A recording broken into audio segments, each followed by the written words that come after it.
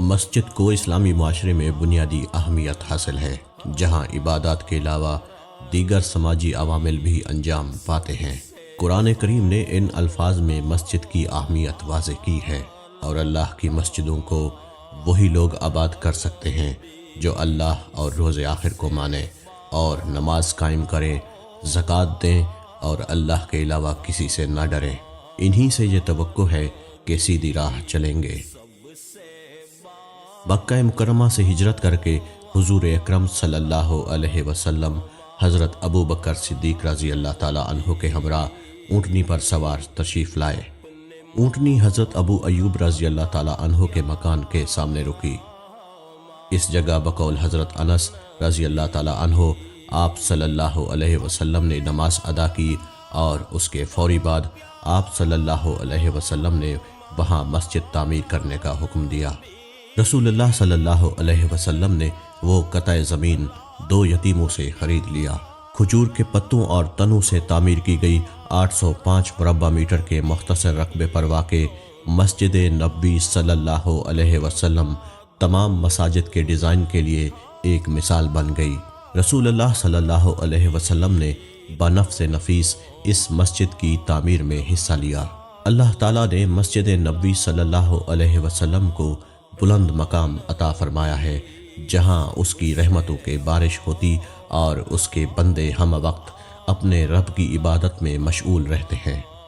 رسول اللہ صلی اللہ علیہ وسلم نے سن 7 ہجری میں مسجد نبوی میں 2475 مربع میٹر کی توسیع فرمائی۔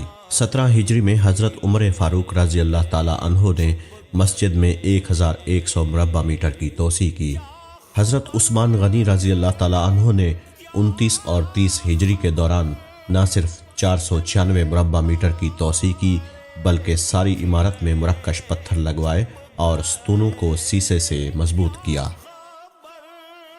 مدینہ منورہ کے اس وقت کے گورنر حضرت عمر بن عبد العزیز کو خلیفہ ولید بن عبد الملک نے ہدایت کی کہ مسجد کی پرانی عمارت کو گرا کر از سر نو تعمیر کیا جائے اور 2369 مربع میٹر کی توسیع کے لیے اطراف کے مکانات خرید کر انہیں مسجد میں شامل کیا جائے۔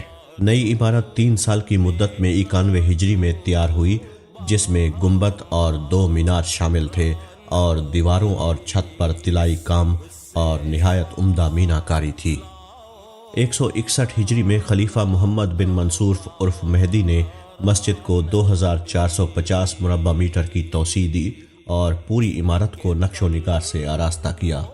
1233 ہجری میں آل عثمان سے تعلق رکھنے والے سلطان محمود نے مسجد کے گنبد کو دوبارہ تعمیر کرایا، اور 1255 ہجری میں انہوں نے مسجد پر سبز رنگ کرایا، جس کی وجہ سے وہ گنبد خضرا کہلاتا ہے۔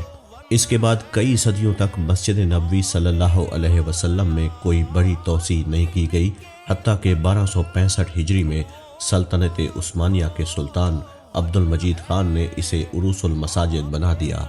انہوں نے شمال اور مشرقی سمتوں میں مسجد کو 1293 مربع میٹر تک توسیع دینے کا کام شروع کرایا۔ اس کام کی تکمیل میں 13 برس صرف ہوئے۔